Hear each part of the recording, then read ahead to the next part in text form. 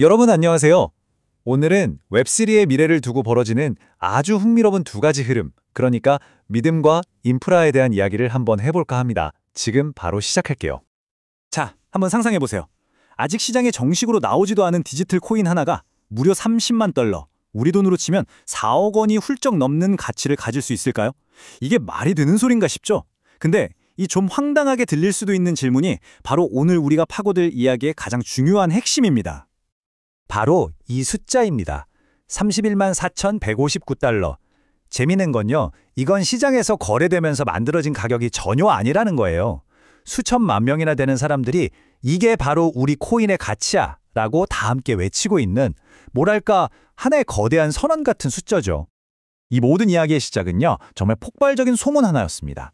아프리카의 루안다, 그 나라의 전체 은행 시스템이 바로 저 31만 달러라는 가격으로 파이 네트워크를 도입하기로 했더라. 이런 소문이었죠. 자, 이 소문이 진짜냐 가짜냐 그걸 따지는 게 중요한 게 아니에요. 이 소문이 퍼져나가는 그 현상 자체가 우리가 주목해야 할 엄청난 사건인 겁니다. 자, 그럼 첫 번째 이야기부터 시작해보죠. 루안다에서 온 소문. 여기서 저희는요, 이 소문이 사실인지 아닌지 팩트체크를 하려는 게 아닙니다. 그보다는 어떻게 하나의 거대한 커뮤니티가 꾸는 꿈이 이렇게 구체적인 이야기로 만들어지고 또 퍼져나갈 수 있는지 그 힘을 한번 들여다보려고 합니다. 근데 여기서 정말 흥미로운 포인트가 있어요.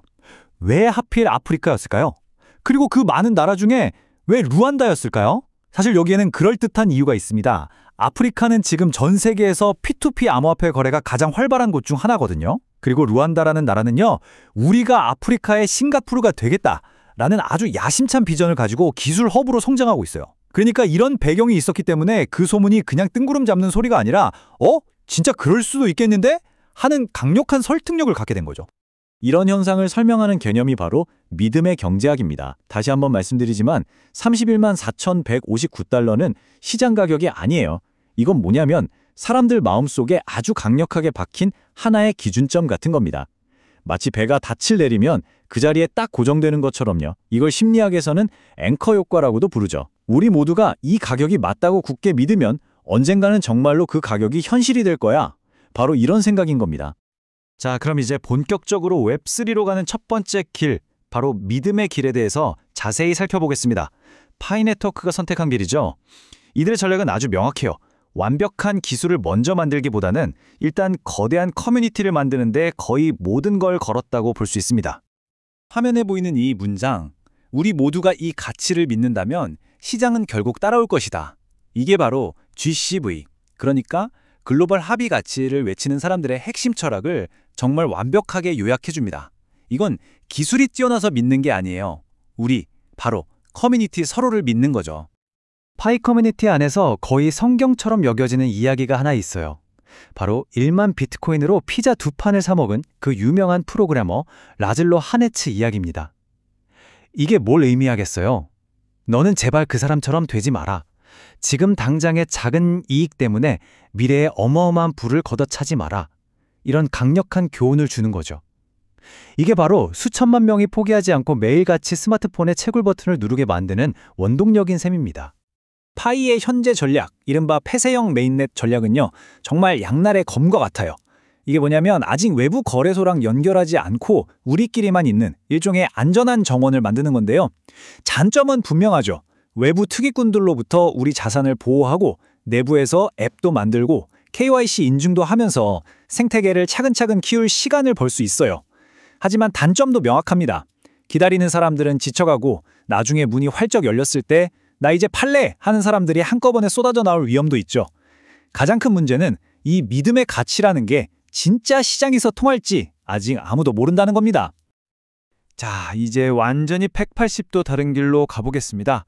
웹3로 가는 두 번째 길, 바로 인프라의 길입니다. 인터링크 네트워크라는 곳이 바로 이 길을 걷고 있는데요. 파이와는 정말 정반대예요. 여기는 사람부터 모으는 게 아니라 아주 튼튼하고 신뢰할 수 있는 기술적인 기반, 즉 인프라를 먼저 까는 데 집중합니다. 인터링크가 꿈꾸는 미래는 아주 명확해요. 바로 진짜 사람들의 인터넷을 만들겠다는 겁니다.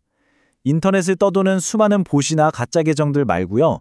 신원이 확실하게 검증된 진짜 살아있는 한 사람을 모든 서비스의 기본 단위이자 출발점으로 삼겠다는 거죠. 생각만 해도 굉장히 다르죠? 그럼 어떻게 진짜 사람인지를 증명할까요? 바로 이 3단계 과정을 거칩니다. 얼굴을 스캔하고 지금 살아있는 사람인지 확인하고 그리고 마지막 단계가 핵심이에요. 영지식 증명이라는 걸 만드는데요. 이게 진짜 똑똑한 기술인 게 여러분의 민감한 얼굴 사진 같은 원본 데이터를 어딘가에 저장할 필요가 없어요. 그죠? 네, 이 사람은 진짜 사람 맞습니다. 라는 사실 하나만 수학적으로 딱 증명해 주는 거죠. 그러니까 보안도 챙기고 프라이머시도 지키고 두 마리 토끼를 다 잡는 아주 기발한 방법입니다. 자, 그럼 인터링크가 구체적으로 뭘 만들고 있는지 한번 보세요. 이게 그냥 코인 하나 만들어서 지갑 나눠주는 그런 수준이 아니에요. 이더리움, 솔라나 같은 여러 블록체인을 다 지원하는 지갑은 기본이고요.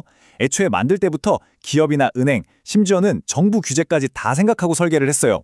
아예 처음부터 다른 판을 짜고 있다는 게 느껴지시죠? 이게 정말 재밌는 지점입니다. 네, 이제 오늘 이야기의 하이라이트라고 할 수 있겠네요.